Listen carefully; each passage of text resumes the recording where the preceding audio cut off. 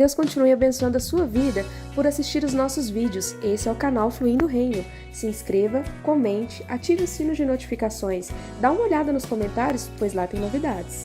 Não deixem que ninguém os condene pelo que comem ou bebem, e não por celebrarem ou por não celebrarem dias santos, as cerimônias das luas novas ou os sábados. Porque era isso que aqueles mestres estavam fazendo. Estava dizendo assim: vocês estão comendo carne de porco? Vocês estão condenados, vocês vão para o inferno. Vocês estão comendo sangue? Vocês estão condenados, vocês vão para o inferno. Vocês não guardam as festas judaicas? Você não guarda o sábado? Você vai para o inferno. Paulo diz aqui: ninguém vos julgue por causa de comida, bebida, dia de festa, lua nova ou sábado. Por que eu não devo deixar que estas pessoas me condenem porque eu não guardo estas coisas? Resposta de Paulo no verso 17: porque tudo isso tem sido sombra das coisas que haviam de vir, porém o corpo é de Cristo. Deixa eu dar aqui uma ilustração que vai ajudar a compreender. Imagina que eu estou aqui e tem um holofote bem forte atrás de mim aqui, uma luz bem forte. E o pastor Isaac se aproxima de mim. Eu não conheço Isaac, ele está se aproximando de mim, por trás. Qual é a primeira coisa que eu vou ver do pastor Isaac? A sombra. Olha aqui, veja aquela sombra, não é? Sim. Dá para ver que é um homem, não é? Um homem de porte considerável, está se aproximando. Mas não dá para ver se ele é bonito, feio, qual é a cor dos olhos, os detalhes da face. E ele vai chegando, vai se aproximando. Ele passa por mim e fica defronte de mim. Uma vez que o corpo que estava lançando a sombra está na minha frente, e eu agora vejo o corpo com clareza. Eu posso distinguir a cor dos olhos, posso dizer se ele é feio ou bonito, né? Posso dar mais detalhes, eu vejo face a face. Eu preciso da sombra? Não. Estas coisas, não coma isso, não coma aquilo, guarde esse dia, não guarde esse dia, eram a sombra de Cristo caminhando no Antigo Testamento. Cristo caminhando, vindo para a plenitude dos tempos, e ele lançava essa sombra. Quando ele veio, eu tenho o corpo de Cristo. Eu posso vê-lo, posso conhecê-lo. Eu não preciso mais da sombra. Vamos ler de novo o texto? Pois tudo isso que ele falou no verso anterior, comida, bebida, dia de festa, lua nova ou sábado, tudo isso tem sido sombra das coisas que haviam de vir. O que são as coisas que haviam de vir? Cristo e a dispensação evangélica, que estava vindo na antiga aliança, estava lá na forma de sombra. Porém, o corpo que projeta essa sombra é de Cristo. Então, uma vez que Cristo chegou, eu não preciso mais dessas leis, porque elas eram sombra. Eu não entendo, então, por que é que tem igreja evangélica que insiste em ficar nas sombras. É pastor vestido de rabino, quipá na cabeça, só chama Jesus de Yeshua Hamashia, põe candelabro na igreja, entra com a Arca da Aliança na igreja, e até fizeram um templo de Salomão aqui nessa cidade de vocês, né? Não é muito longe daqui não. Afinal aqui não. Quer dizer, faz sentido isso. Esse tipo de coisa ataca a suficiência de Cristo. Ele é a substância do Antigo Testamento, ele é o cumprimento de todas aquelas leis da Antiga Aliança foram dadas para que você valorizasse o sangue de Cristo, para que você fizesse diferença entre o certo e o errado em Cristo Jesus, para que você lembrasse do repouso de Cristo no dia da ressurreição, para que você lembrasse que Deus tem épocas especiais de restauração e de bênção. Tudo aquilo apontava para Cristo. Portanto, uma vez que eu estou em Cristo, eu não preciso mais guardar essas coisas. O legalismo não faz sentido para quem está em Cristo Jesus. É uma tentativa de acrescentar a obra dele e ataca a suficiência disso. Todo movimento que diz Cristo mais alguma coisa é legalismo. Cristo mais dízimo, Cristo mais paletó e gravata, Cristo mais tamanho de corte de cabelo, Cristo mais qualquer outra coisa é legalismo.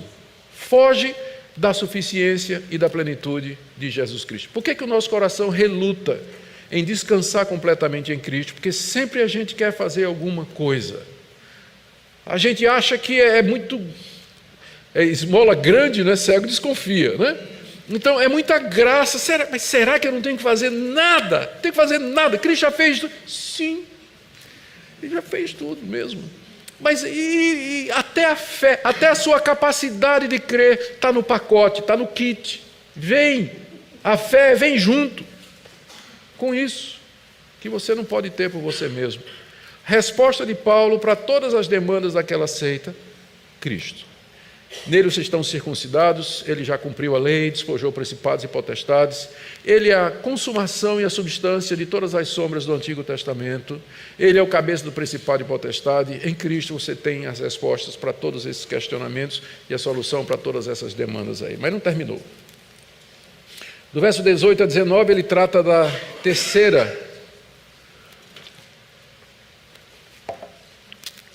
terceiro componente daquela heresia, que era um misticismo.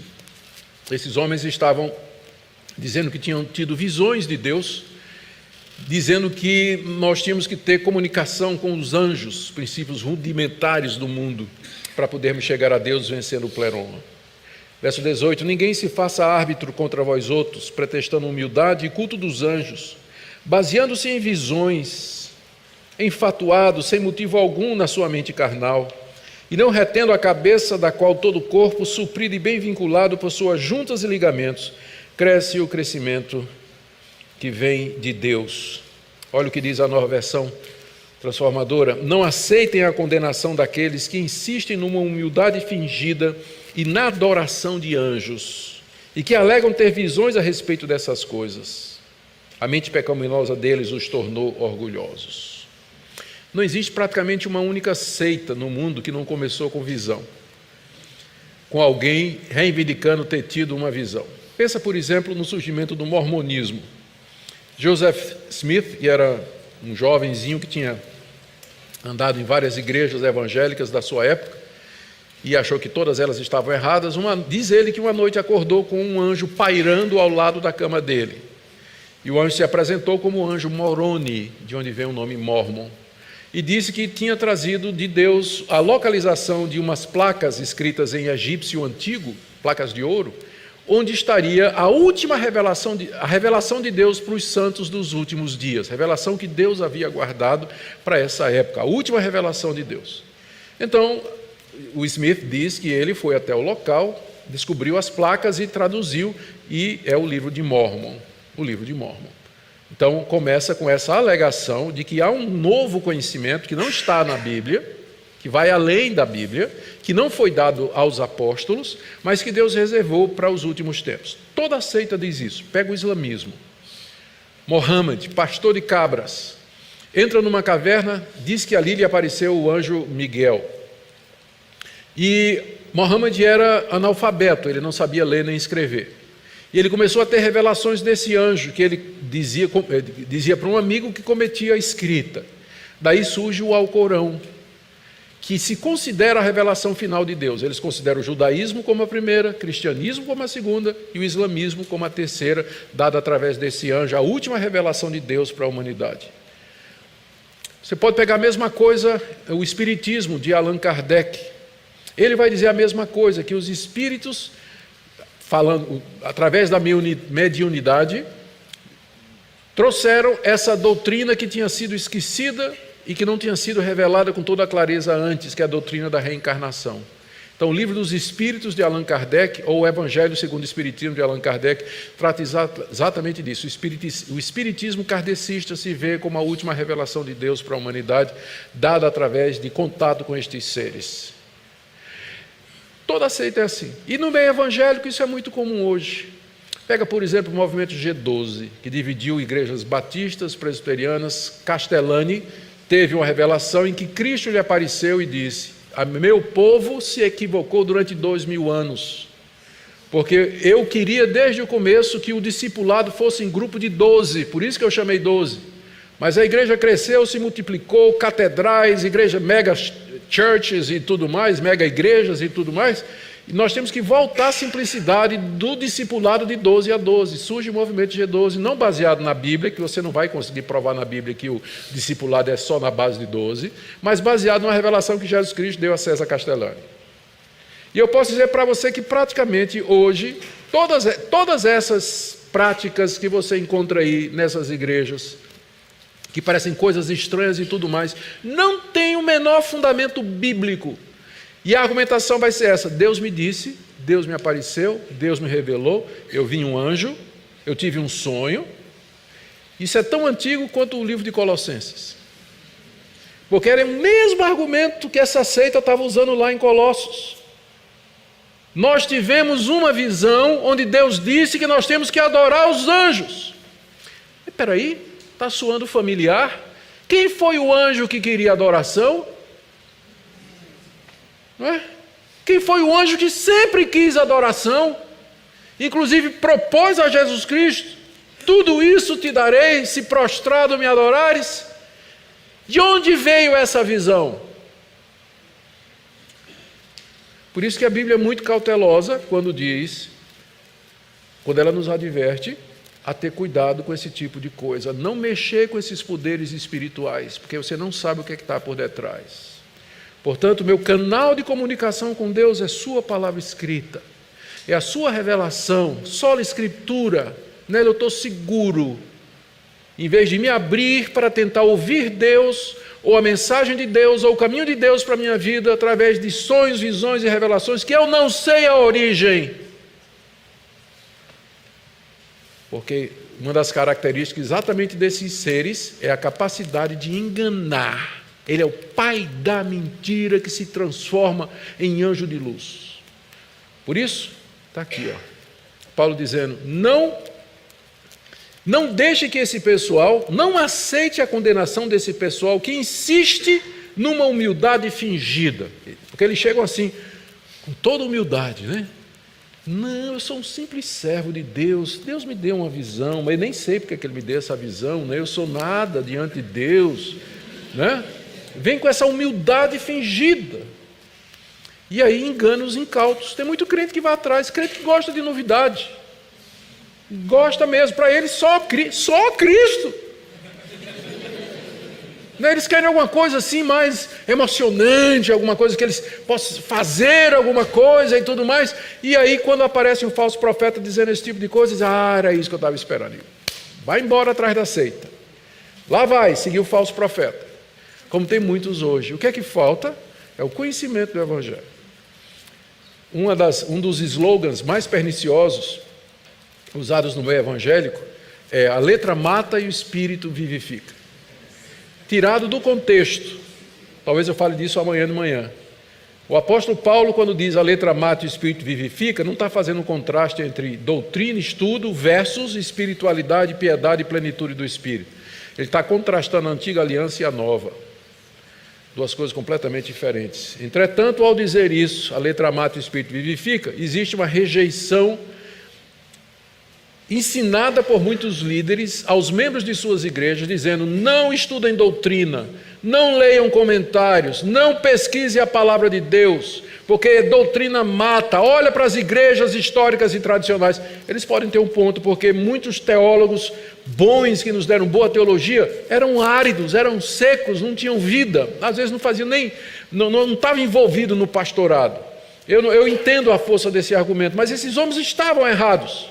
Porque não existe dicotomia entre uma mente preparada, uma mente culta, que entende a palavra de Deus, que estuda a palavra de Deus, e um coração piedoso, cheio do Espírito Santo, que quer viver uma vida para Deus e viver uma vida de oração. Então não se deixa levar por essa piedade, por esse misticismo aí que está desprovido de fundamentação bíblica. Esse pessoal, Paulo diz aqui, baseia-se em visões sem motivo algum na sua mente carnal, ou seja, a mente pecaminosa deles os tornou orgulhosos, e eles vieram com estas invenções que acabam tirando a suficiência de Cristo. Então já vimos três coisas: como Paulo detona o gnosticismo, ele detona o legalismo, e agora ele detona o misticismo, e a última coisa é o ascetismo, que também era um dos integrantes daquela seita complicada. A partir do verso 20: se morrestes com Cristo para os rudimentos do mundo, porque como se vivesseis no mundo vos sujeitais a ordenanças, não manuseis isso, não proves aquilo, não toques aquilo outro, segundo os preceitos e doutrinas dos homens. Pois que todas estas coisas com uso se destroem. Tais coisas, com efeito, têm aparência de sabedoria, como o culto de si mesmo, de falsa humildade, de rigor ascético, todavia não tem valor algum contra a sensualidade. No verso 20, Paulo faz uma afirmação. Infelizmente, mas isso já vem sendo corrigido, tem uma expressão, essa palavrinha se aí, ela é a tradução de uma palavra grega que pode indicar, às vezes, dúvida de fato ou simplesmente uma afirmação. Então, naquela famosa frase, se Deus é por nós, quem será contra nós? A tradução correta é, já que Deus é contra nós, ninguém será, já que Deus é por nós, ninguém será contra nós. Então, é o caso aqui, Paulo não está colocando dúvida, se vocês já morreram com Cristo, ele está dizendo, vocês já morreram com Cristo, tanto é que a Nova Versão Transformadora já diz, vocês morreram com Cristo, que é a melhor tradução, está correto. Ele não está questionando, ele está fazendo uma afirmação. Então, vocês já morreram com Cristo, afirma Paulo no verso 20. Morreram para os rudimentos desse mundo, ou seja, veja como ele traduziu aqui, ele os libertou dos princípios espirituais desse mundo, que exatamente os rudimentos do mundo eram aqueles anjos, como eu falei. Isso aí, Paulo disse, isso já aconteceu, vocês foram libertos em Cristo da escravidão a essas ideias, a esses conceitos, a tudo mais. Então ele pergunta, por que vocês estão se deixando escravizar para ordenanças como não toque nisso, não prove nisso, não manuseie isso, segundo os preceitos e doutrinas dos homens? O que ele está combatendo aqui? Está combatendo a ética, ou o caminho da ética ou da espiritualidade desse movimento aí. Como eu disse, se você acha que o mundo das ideias é o mundo da perfeição do espírito, e que o corpo ele está no andar de baixo e ele é intrinsecamente mau, a sua espiritualidade passa necessariamente pela subjugação do seu corpo. Você tem que dominar seu corpo. E aí então os ascetas, era o nome que se dava às pessoas que acreditavam assim, eles tinham todo um programa de quebrar os desejos do corpo. Tem coisas que a gente tem que realmente mortificar, porque às vezes o apetite sexual ele é dirigido para a pessoa errada, no tempo errado e da forma errada. Então tem que mortificar mesmo. Mas, por exemplo, a vontade de comer, vontade de beber, a necessidade de dormir, de relaxar e tudo mais, são desejos ou são coisas necessárias, fazem parte da nossa estrutura. O asceta, ele nega ao corpo, inclusive o que é lícito, com o objetivo de quebrar o corpo, para que a alma, então, saia da prisão que ele representa. Então, naquele tempo e depois na Idade Média, pessoas que se chicoteavam, pessoas que faziam jejuns prolongados, inclusive de água, monges na Idade Média, eles moravam num pau, numa jaula que eles colocavam no alto de um pau, onde eles ficavam expostos ao frio, ao sereno, à chuva, ao sol, às vezes nus, com o objetivo de castigar o corpo e quebrar o pecado. Era assim que eles diziam que você tem que vencer o pecado. Eles acreditavam que a sede dos pecados, o pecado habita no corpo, o corpo é intrinsecamente mau, daí você tem que quebrar o corpo. E foi essa a ideia que prevaleceu na Idade Média, daí que surge a doutrina da virgindade perpétua de Maria, porque dessa perspectiva, sexo é uma coisa ruim. Sexo é uma coisa ruim porque envolve troca de corpos, não é? Se você quer ser espiritual, você não pode se rebaixar a esse tipo de nível. Então, o celibato ficou visto como sendo superior ao status de casado, aí o conceito de celibato na Idade Média, perpétua virgindade de Maria, e o surgimento dessas ordens monásticas ascéticas, onde os caras faziam tudo isso, todo esse tipo de privação. A ideia básica é que o corpo é ruim e que o pecado habita no corpo. Teve um cara no século II, chamado Orígenes. Orígenes foi um dos grandes estudiosos, ele tinha umas ideias muito erradas, mas ele era um grande erudito, E ele lutava muito com pensamentos, né, com a lascívia, e ele resolveu o problema, pensou que resolvia o problema se castrando. Ele se castrou. Para a tristeza dele, continuou do mesmo jeito, que o problema não é aqui, o problema é aqui, né? O problema é aqui. Era uma seta. Paulo está dizendo que a solução para o pecado que habita em você não é o ascetismo. Você nunca vai conseguir vencer o pecado impondo regras, rigores, normas, mortificando. Não é assim. A resposta para vencer o pecado no seu coração é Jesus Cristo. Olha como Paulo aborda o ascetismo. Primeiro ele diz no verso 22, isso aí é preceito e doutrina dos homens. Você não vai encontrar na Escritura Deus desvalorizando o corpo. Ao contrário, e é uma pena que exista essa tendência no meio evangélico, Deus valoriza tanto o nosso corpo quanto a nossa alma e o espírito. Deus nunca coloca o espírito acima do corpo. É sempre a mesma coisa, tanto é que os evangélicos estão enganados quando eles dizem assim que o maior sonho deles é morrer e ir para o céu. O meu não. O meu é a ressurreição. Quando Cristo vai trazer o meu corpo de volta, glorioso e perfeito, aí eu estarei completo, porque eu fui criado com corpo e alma. Deus me fez do pó da terra e depois soprou o espírito de vida. Então, o corpo é importante, tão importante. Cristo morreu na cruz, não foi só para redimir a minha alma, mas para redimir o meu corpo. Por isso que ele ressuscitou fisicamente ao terceiro dia. Então, a fé reformada, ela valoriza o corpo e ela é contra o ascetismo porque está baseada na palavra de Deus. Nós não somos místicos nesse ponto, nós não cremos num tipo de espiritualidade que vai negar a genuinidade e a validade e a honra do corpo. Nós não cremos nesse tipo de coisa. É claro que os desejos do corpo eles têm que ser direcionados de acordo com a palavra de Deus, eu já mencionei. Você tem uma vontade de comer, é bom, agradável, Deus nos deu papilas gustativas, não é? Para sentir o gosto da comida, é muito bom comer, não é? Mas tem limite também, não é? A gente não pode comer demais. E tem coisas que a gente também não deve comer, como piqui, por exemplo, que é lá do Goiás, que é horrível, não tem coisa pior do mundo. Aquilo ali não foi da criação original, aquilo é lá quando disse a terra produzirá cardos e abrolhos, né? Aquilo ali. Então, sono é uma coisa boa, mas dormir demais a Bíblia já chama de preguiça, né? Já chama de preguiça. Então, com moderação, a gente pode viver e aproveitar todos os benefícios associados com o nosso corpo. O ascetismo não tem nada a ver conosco. Paulo diz a doutrina de homens. Segundo, no verso 22, todas estas coisas com o uso se destroem, não é?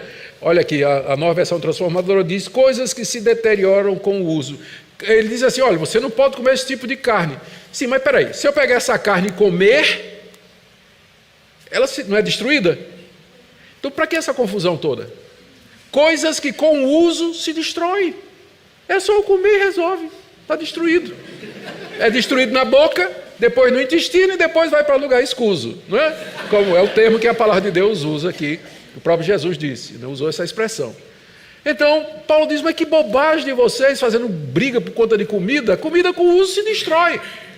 Não é permanente, não tem valor permanente. Terceira coisa que ele diz, isso aí, verso 23, de fato tem aparência de sabedoria como culto de si mesmo e de rigor ascético. Conhece Dona Maria? Conheço, mas é uma santa mulher de Deus, olha, nunca foi para a praia, nunca assistiu o jogo do Corinthians, nunca vê novela da Globo, olha, nunca cortou o cabelo, né? Assim, uma mulher assim, santa, sábia. Isso não é símbolo de santidade na Bíblia, não. Sabe o que é que isso parece? Culto de si mesmo. Culto de si mesmo. E o último argumento de Paulo, final do verso 23, essas coisas não têm valor algum contra a sensualidade. É aquilo que eu disse. Você pode fazer tudo isso, mas não tem valor contra a sensualidade. A sensualidade aqui, foi traduzido aqui, em nada contribui para vencer os desejos da natureza pecaminosa. Você pode fazer tudo isso, seguir um código, mas isso aqui não vai resolver o problema da corrupção do seu coração. Só tem uma coisa que resolve isso, a cruz de Cristo. A circuncisão do coração que é feita em Cristo Jesus. Mais uma vez, a resposta de Paulo para todas essas demandas é a pessoa de Cristo. Se você está em Cristo, você vai ter o poder para vencer pornografia, você vai ter poder para vencer os pensamentos lascivos, você vai quebrar o círculo vicioso. Se você está em Cristo, você vai ter o poder para fazer isso. Senão, você vai começar o ano, hoje já estamos em fevereiro, não é? Tenho certeza que você já quebrou todos os propósitos que você tomou na virada de ano. Né? Todo ano a gente faz propósito, né? Chega em fevereiro a gente já... Porque nós não temos condição em nós mesmos de vencer a nossa natureza tem que ser em Cristo Jesus.